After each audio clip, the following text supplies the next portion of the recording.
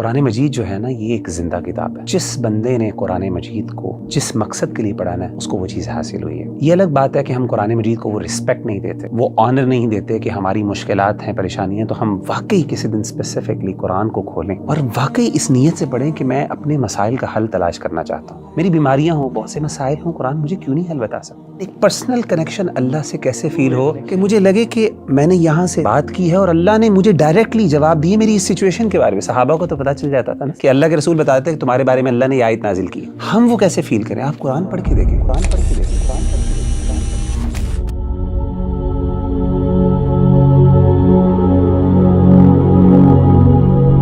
وغیرہ بھی ایک عام انسان جب بھی کسی سے کمیونیکیشن کرتا ہے اس کی خواہش ہوتی ہے کہ اس کو رسپانس ملے اور رسپانس جلدی مل جائے. جس طرح کہ نبی کریم صلی اللہ علیہ وآلہ وسلم کے زمانے میں صحابہ کرام جو تھے ان کے اوپر پریشانیاں آتی تھیں, تکلیفیں آتی تھیں, اور وہ اللہ سبحانہ و تعالیٰ سے دعائیں کرتے تھے کہ ان کی یہ پریشانیاں ختم ہو جائیں, اور ان کو ان چیزوں کا جواب بھی مل جاتا تھا اور ان کے دعائیں بھی قبول ہوتی تھی وحی کے ذریعے.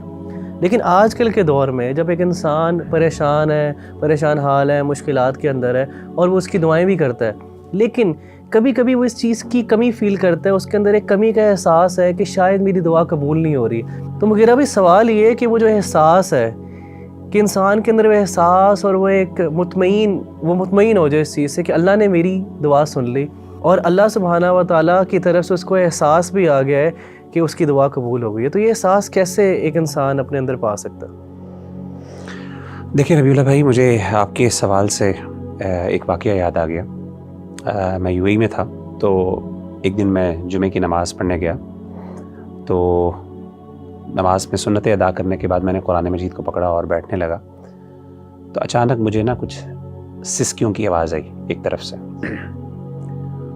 تو میں نے بائیں طرف مڑ کے دیکھا تو اگلی صف میں بائیں طرف بالکل دیوار کے ساتھ ایک سیرین لڑکا وہ بیٹھا ہوا تھا, اس کے ہاتھ میں قرآن تھا, وہ قرآن مجید کھول کے پڑھ رہا تھا, اور اس کی آنکھوں سے آنسو, یعنی وہ رو رہا تھا, اور ایسا رو رہا تھا کہ باقاعدہ اس کی سسکیوں کی آوازیں آ رہی تھیں.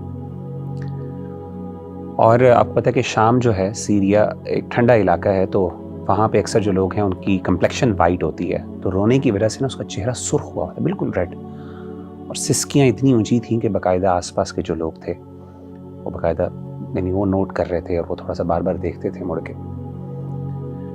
اچھا, جب میں نے اس بھائی کو دیکھا نا تو مجھے بڑی محبت فیل ہوئی اس سے, ایک ایمانی محبت اور ایک کیفیت تھی, اور میرا دل چاہا کہ میں اسے اٹھوں اور اس کو جا کے گلے لگاؤں.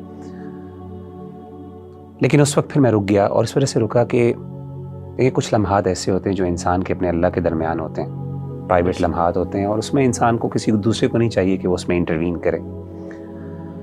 تو میں رک گیا اور میں نے کہا کہ شاید چلیں, جیسا ہے ایسے ہی ہونے دیں. اور میں تھوڑا سا متاثر بھی ہوا, رشک بھی کیا کہ کس طریقے سے, سادہ سا لڑکا تھا, یعنی کوئی آپ سمجھیں کہ اس کی کوئی بہت زیادہ داڑھی بھی نہیں تھی, کوئی بہت زیادہ پریکٹسنگ آؤٹ فٹ یا لک بھی نہیں تھی اس کی.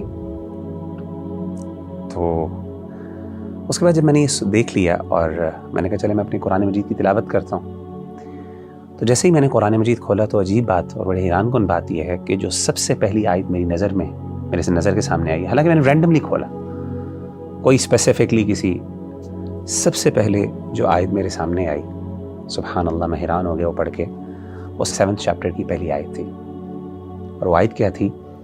وَإِذَا سَمِعُوا مَا أُنزِلَ إِلَى الرَّسُولِ تَرَىٰ أَعْيُنَهُمْ تَفِيضُ مِنَ الدَّمْعِ مِمَّا عَرَفُوا مِنَ الْحَقِّ. کہ جب وہ رسول پر نازل کردہ کلام کو سنتے ہیں تو اے نبی صلی اللہ علیہ وسلم آپ دیکھتے ہیں کہ ان کی آنکھیں بہہ پڑی, وہ رو رہے ہیں. یعنی قرآن سننے سے ان کے دل ڈر جاتے ہیں, نرم ہوتے ہیں, اور ان کی آنکھوں سے آنسو بہہ پڑتے ہیں. کس وجہ سے؟ مما عرفوا من الحق, کہ جو حق انہوں نے اپنے رب کی طرف سے جو اللہ نے بھیجا اس کو پہچان لیا. سبحان اللہ, یعنی یہ وہ ایسی کیفیت تھی کہ آن دا اسپاٹ مجھے جیسے لگا کہ اللہ تعالیٰ نے یہ آیت جو ہے, میں نے یعنی یہ اٹ واز ناٹ اے کو انسیڈنس. دیکھیں ہم لوگ جو ہے نا, we are not the people who believe in the coincidences. We believe کہ ہر چیز, ہر ایکشن, ہر پریکٹس جو دنیا میں ہو رہی ہے اس کے پیچھے اللہ کی حکمت کار فرمان. تو میرا دل چاہا کہ میں اس کے ساتھ یہ آیت شیئر کروں, اور میں کہوں کہ مجھے یہ آیت میں نے سنی ہے, اور مجھے ایک قسم کا اللہ نے, کیونکہ میں I was thinking about that person نا, کہ یار کیوں رو رہا ہے, اور پتہ نہیں کیا فیلنگز ہیں، اس کے جذبات ہیں. تو مجھے اس دن احساس ہوا کہ قرآن مجید جو ہے نا یہ ایک زندہ کتاب ہے. اور یقین کریں، یہ تجربہ کر کے دیکھ لیں کہ جس بندے نے قرآن مجید کو جس مقصد کے لیے پڑھانا ہے اس کو وہ چیز حاصل ہوئی ہے. یہ الگ بات ہے کہ ہم قرآن مجید کو وہ رسپیکٹ نہیں دیتے، وہ آنر نہیں دیتے کہ ہماری مشکلات ہیں، پریشانیاں، تو ہم واقعی کسی دن اسپیسیفکلی قرآن کو کھولیں اور اس کو پڑھیں، اور واقعی اس نیت سے پڑھیں کہ میں اپنے مسائل کا حل تلاش کرنا چاہتا ہوں. یعنی میرا دل بے قرار ہے، میرا دل جو ہے وہ وحشت ہے، اس میں مجھے اطمینان کی ضرورت ہے. یہ کیسے ہو سکتا ہے میں قرآن پڑھوں اور مجھے یہ آیت نظر نہ آئے الا بذکر اللہ تطمئن القلوب. میری بیماریاں ہوں، بہت سے مسائل ہوں، قرآن مجھے کیوں نہیں حل بتا سکتا؟ زندہ کتاب ہے.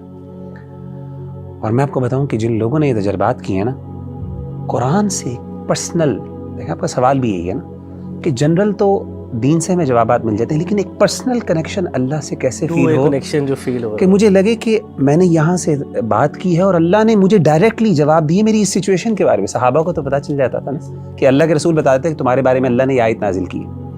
ہم وہ کیسے فیل کریں؟ آپ قرآن پڑھ کے دیکھیں، قرآن آپ سے بات کرے گا، آپ کو لگے گا کہ میرا رب مجھے جواب دے رہا ہے. اور میں آپ کو بتاؤں کہ میں نے دیکھا کہ جتنے بھی ہمارے اسلاف ہیں جب اپنی مشکلات میں پڑے اور انہوں نے جب قرآن مجید کی طرف رخ کیا تو انہوں نے اپنی فیلنگز شیئر کی. میں آپ کو 2 مثالیں دیتا ہوں.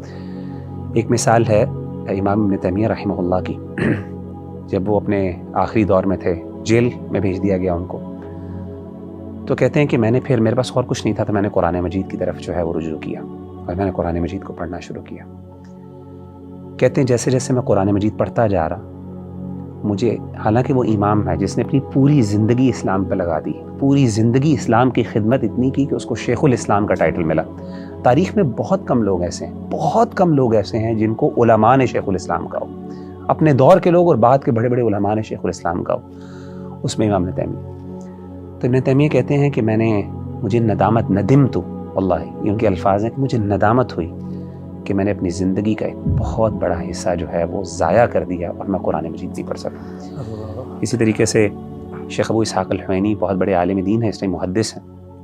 میں سمجھتا ہوں عرب دنیا کے بڑے ترین، اگر آپ مجھے کہیں گے نا کہ بڑے عالم دین حدیث کے کوئی ہیں تو میں ابو اسحاق الحوینی کو میں ریکمینڈ کروں گا. اور بھی بڑے علماء ہیں ڈیفینیٹلی، ان کو کچھ دیر کے لیے روک دیا گیا لیکچرز سے اور لوگوں سے خطبات جو وہ دیتے تھے. تو انہوں نے قرآن مجید کو پڑھنا شروع کیا اور یہ ان کا جملہ تھا جب وہ واپس آئے اور ان کے لیے دوبارہ وہ بین ریموو کیا گیا اور ان کو اجازت ملی کہ اب وہ پبلک سے بات کر سکتے ہیں. تو انہوں نے کہا کہ یہ ان کا جملہ باقاعدہ ہے، یا لیتنی اعطیت القرآن حیاتی، ہائے کاش میں نے اپنی پوری زندگی قرآن کو دے دی.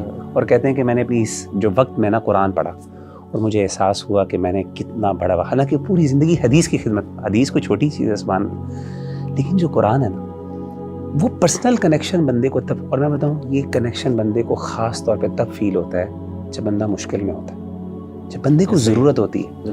اس وقت جب قرآن راحت دیتا ہے اور قرآن انسان سے کمیونیکیٹ کرتا ہے تو اس وقت انسان کو پھر یہ جذبہ بیدار ہوتا ہے کہ کاش میں اپنی پوری زندگی قرآن کو دے دیتا.